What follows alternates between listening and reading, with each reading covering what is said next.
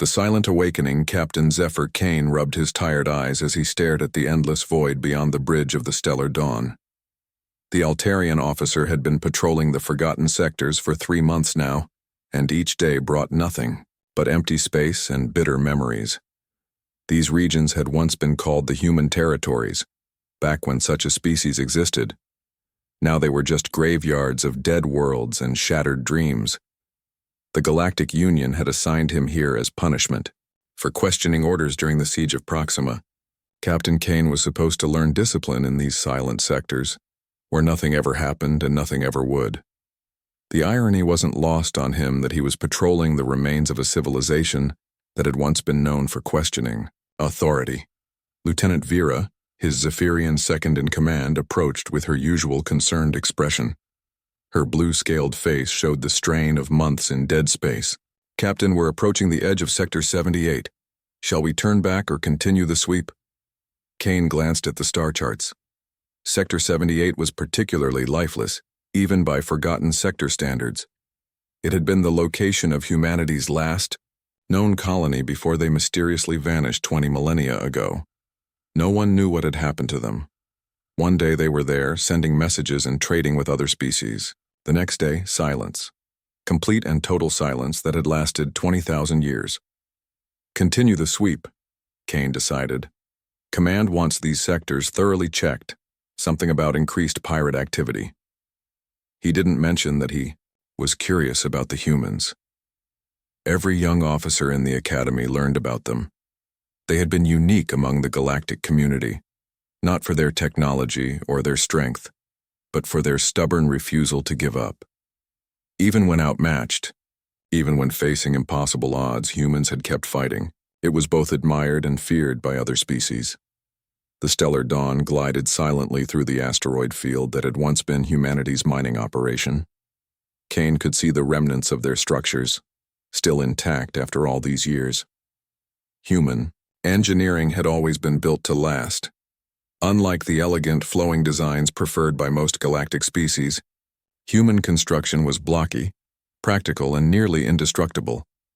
Ensign Torres, the ship's young human-descended communications officer, suddenly looked up from his station. His ancestors had been among the few humans living outside human territory when the disappearance happened. "Captain, I'm picking up some unusual energy readings from the far side of the asteroid field." Kane felt his heart skip a beat. In 3 months of patrols, they had encountered exactly nothing unusual. "What kind of energy readings?" "Unknown." "Signature, sir. It's definitely artificial, but I can't match it to any known technology in our databases." Torres paused, his face pale. "Sir, the readings are massive. Whatever's generating them is bigger than a battleship." The bridge fell silent. Kane could feel the tension radiating from his crew. In the forgotten sectors, finding anything unusual was cause for concern. Finding something massive and unknown was cause for panic. "Red alert," Kane ordered. "All hands to battle stations. Helm, take us around the asteroid field. I want visual confirmation of whatever's out there." The stellar dawn changed course, its engines humming with increased power. As they rounded the largest asteroid, Kane's breath caught in his throat. There, floating in the void where nothing should exist, was a ship unlike anything he had ever seen. It was enormous, easily 3 times the size of the Union's largest battleships. Its hull was dark gray, almost black, covered in angular armor plating that looked both ancient and incredibly advanced. Strange energy patterns pulsed along its surface like a slow heartbeat. The design was unmistakably human, but far beyond anything humans had possessed before their disappearance. "Mother of stars," whispered Lieutenant Vera. "What is that thing?" Kane stared at the impossible sight. "Get me a full sensor sweep. I want to know everything about that ship. Power levels, life signs, weapons capability, everything." The sensor data that came back made Kane's blood run cold. The ship was not only functional but fully powered. Life support systems were active. Most disturbing of all, it was armed with weapons technology that the Union's computers couldn't even identify. "Captain," Torres called out, his voice shaking. "I'm receiving a transmission from the vessel. It's an ancient human, sir. I can barely understand it, but I think they're hailing us. Kane's mind raced. If there were humans aboard that ship, they would be the first living humans anyone had encountered in 20,000 years. But how had they survived? Where had they been? And why were they appearing now? "Open a channel," Kane ordered. "Let's see if we can establish communication." The main screen flickered to life, and Kane found himself staring at a woman who was unmistakably human. She appeared to be in her 30s with short brown hair and eyes that seemed to hold the weight of centuries. She wore a uniform that was clearly military but of no design Kane recognized. "This is Commander Sarah Chen of the Terran vessel Terra's Resolve," the woman said. Her voice was calm but carried an undercurrent of sadness that seemed to echo across the void. "We have been monitoring your patrol patterns, Captain Kane. We need to talk." Kane felt a chill run down his spine. She knew his name. She had been watching them. "Commander Chen, I am Captain Zephyr Kane of the Galactic Union vessel Stellar Dawn. Your ship, your people. We thought humanity was extinct." A bitter smile crossed Chen's face. "We allowed you to think that. It was necessary for the safety of the galaxy, but circumstances have changed. We can no longer remain hidden." Before Kane could respond, his tactical officer interrupted. "Captain, I'm detecting multiple hyperspace signatures approaching our position. Large vessels, possibly an entire fleet." Kane cursed under his breath. Word must have leaked about their discovery. In the 20,000 years since humanity's disappearance, their technology and knowledge had become legendary. Every major power in the galaxy would want to capture or control any surviving humans. "Commander Chen," Kane said urgently, "you need to get out of here. The Draxian Empire, the hegemony, they'll all be coming. They'll want your technology." Chen's expression didn't change. "We know, Captain. We've been preparing for this day for 20 millennia. But first you need to understand why we left and why we've returned." The hyperspace signatures were getting closer. Kane estimated they had perhaps 10 minutes before the first ships arrived. "Commander, with respect, we don't have time for explanations. You need to jump out of here now." "No, Captain Kane. The time for running is over." Chen's image leaned forward, and Kane could see a determination in her eyes that reminded him of the old stories about human tenacity. "What I'm about to tell you will change everything you think you know about the galaxy, about the wars of the past, and about why humanity chose to disappear." Before Chen could continue, the first alien ships began dropping out of hyperspace. Kane recognized the jagged profiles of Draxian warships, followed by the sleek curves of hegemony cruisers. Within moments, the empty sector was filled with over 50 vessels from a dozen different factions. "This is Admiral Korath of the Draxian Empire," a harsh voice crackled over the communications array. "All vessels stand down. The human ship is now under Imperial protection." "Negative," came another transmission from a hegemony commander. "The humans are too dangerous to be left to the Empire. They will be taken into hegemony custody for the safety of all." Kane watched as the various fleets positioned themselves around the Terra's Resolve. The human ship seemed impossibly small compared to the armada surrounding it, yet somehow Chen appeared completely calm. "Commander," Kane transmitted privately to the human ship, "you're outnumbered 50-1. Whatever your capabilities, you can't fight all of them." Chen smiled, and for the first time Kane saw something other than sadness in her expression. It was hope. "Captain Kane, humanity didn't disappear because we were weak. We disappeared because we were too strong. The galaxy couldn't handle what we had become." Suddenly, the Terra's Resolve began to change. Its hull plates shifted and reconfigured, revealing weapons ports and energy projectors that defied explanation. The ship's energy signature spiked to levels that should have been impossible for a vessel its size. "All hostile vessels," Chen broadcast on all frequencies. "You have 30 seconds to withdraw to a safe distance. This is your only warning." Admiral Korath's laugh boomed across the channel. "One ancient human ship against the combined might of the galaxy's greatest powers. Your species' arrogance hasn't changed." Chen's expression hardened. "You're right, Admiral. It hasn't changed.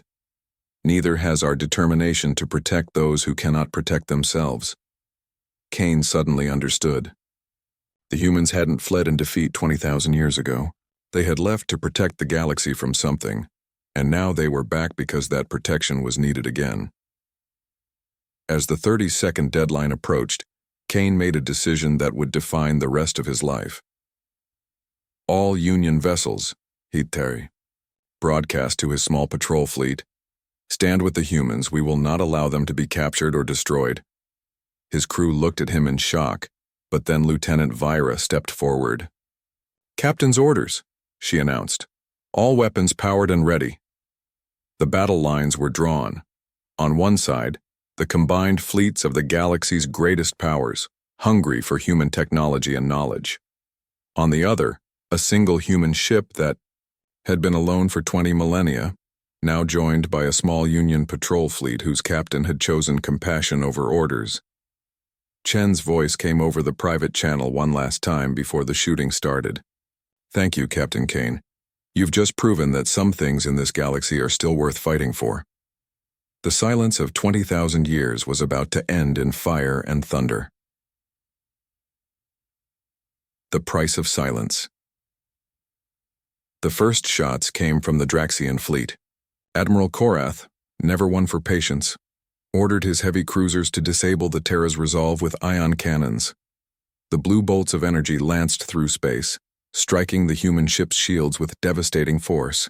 Kane expected to see the ancient vessel's defenses crumble under the assault. Instead, something extraordinary happened. The energy from the Draxian weapons was absorbed by the human ship's hull, causing the strange patterns on its surface to glow brighter. The Terra's resolve didn't just survive the attack, it grew stronger from it. Impossible, breathed Kane's tactical officer. Their hull is converting the weapon energy into power for their own systems. Commander Chen's voice cut through the stunned silence. 20,000 years ago, we developed this technology to end the Great War. We realized that the only way to truly win was to make violence itself fuel peace. The human ship began to move, not with the ponderous grace of most large vessels, but with an agility that defied physics. It danced between the attacking fleets, its weapons firing with surgical precision. But these weren't weapons of destruction. They were weapons of disruption.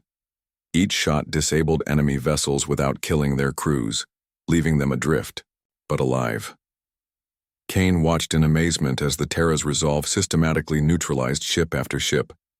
The human vessel was fighting an entire armada and winning, all while ensuring that no one died.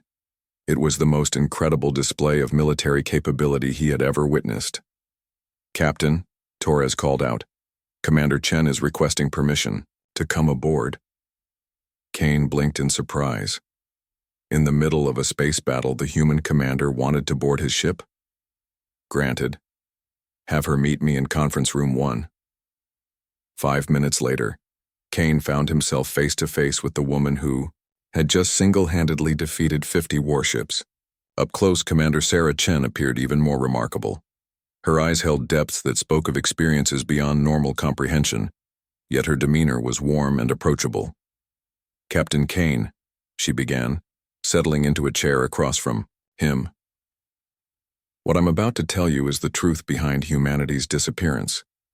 It's a story that begins with the best of intentions and leads to the hardest decision any species has ever made. Kane leaned forward, captivated despite the ongoing battle outside. I'm listening. Chen took a deep breath. 20,000 years ago, humanity developed something we called the Unity Protocol. It was a technology that could link minds across vast distances, allowing for perfect communication and understanding between individuals. We thought it would end war, end suffering, end the misunderstandings that plagued galactic civilization. She paused, pain flickering across her features. We were right about its power, but wrong about its consequences. The protocol worked too well. When we first tested it, we connected with every sentient mind in our sector. For a brief moment, there was perfect peace, perfect understanding, but then came the feedback. Kane felt a chill. What kind of feedback? The combined emotional weight of trillions of beings, all their pain, all their fear, all their anger, flooded through the network at once. Entire worlds went insane from the overload. Wars erupted, as species lashed out in confusion and terror. We had tried to create peace and instead nearly destroyed the galaxy. Chen stood and walked to the viewport, watching as her ship continued to disable the attacking fleets with impossible precision. The Galactic Council demanded that we surrender the technology. They wanted to study it, control it, weaponize it. We realized that giving them the Unity Protocol would only lead to greater catastrophe. "So you disappeared," Kane said, understanding beginning to dawn. We had no choice. The technology was too dangerous to exist, but too valuable to simply destroy. So we took it and ourselves into exile. We spent 20,000 years learning to control the protocol, to use it responsibly. We became guardians of something that could either save the galaxy or destroy it. Kane gestured toward the battle outside. "Then why return now? What's changed?" Chen's expression grew grave. 3 months ago, our deep space sensors detected something approaching from beyond the galactic rim. Something vast and hungry and utterly alien. "The Devourers have found us, Captain Kane, and they're coming to consume everything in their path." The name sent ice through Kane's veins. The Devourers were a legend, a mythical threat from the earliest days of galactic civilization. Ancient records spoke of a force that moved from galaxy to galaxy, consuming all life and leaving nothing but empty void in their wake. The Council's archives claim the Devourers are just a myth, Kane said weakly. "The Council is wrong.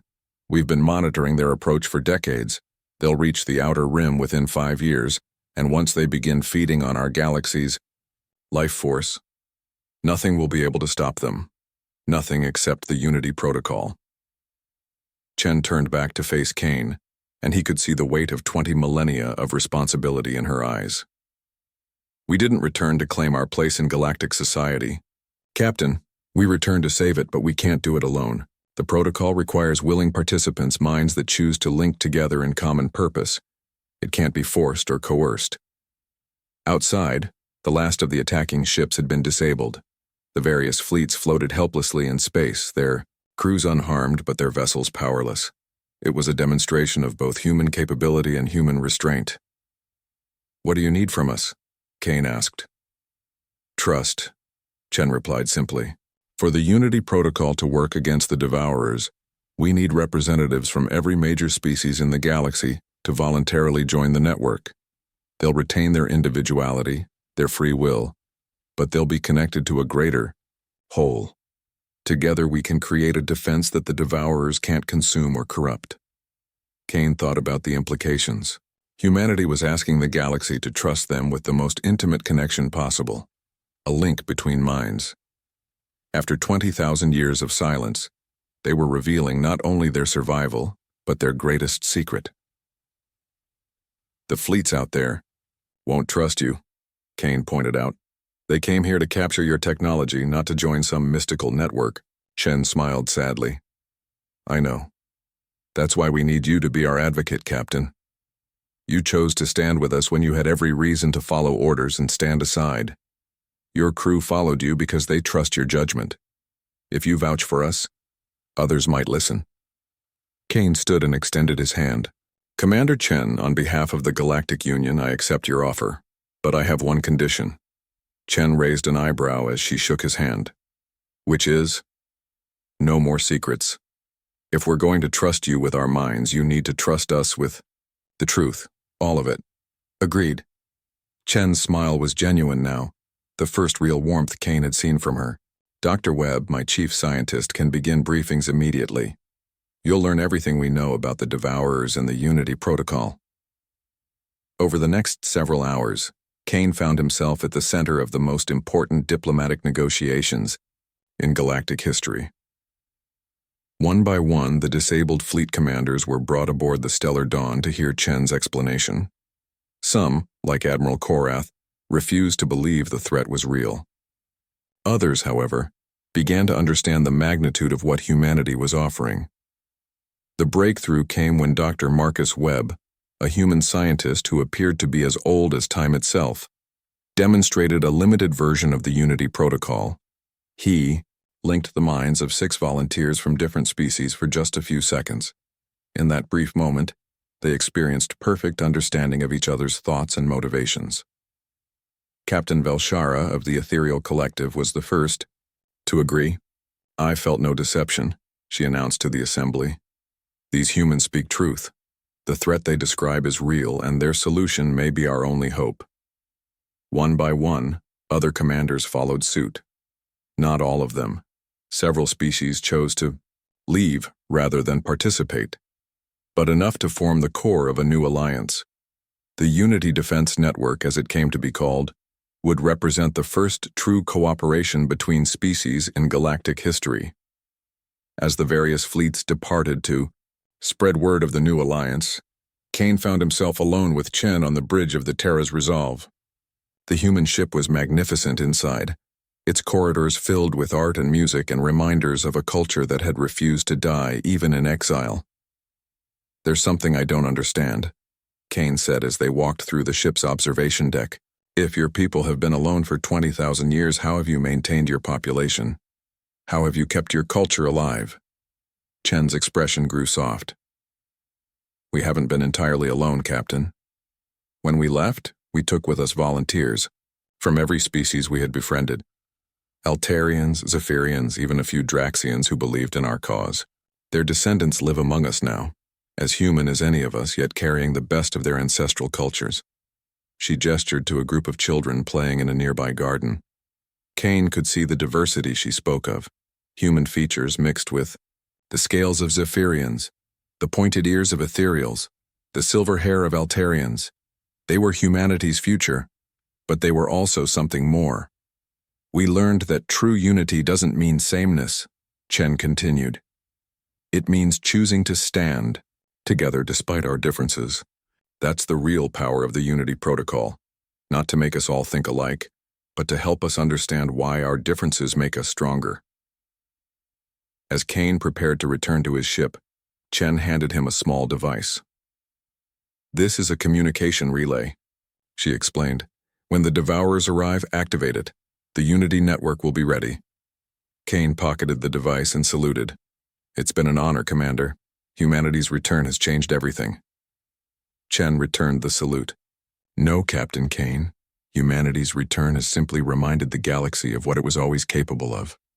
The real change will come when all of us choose to stand together." As the stellar dawn jumped back toward Union space, Kane looked back at the coordinates where the Terra's Resolve had vanished once again into whatever dimension it called home.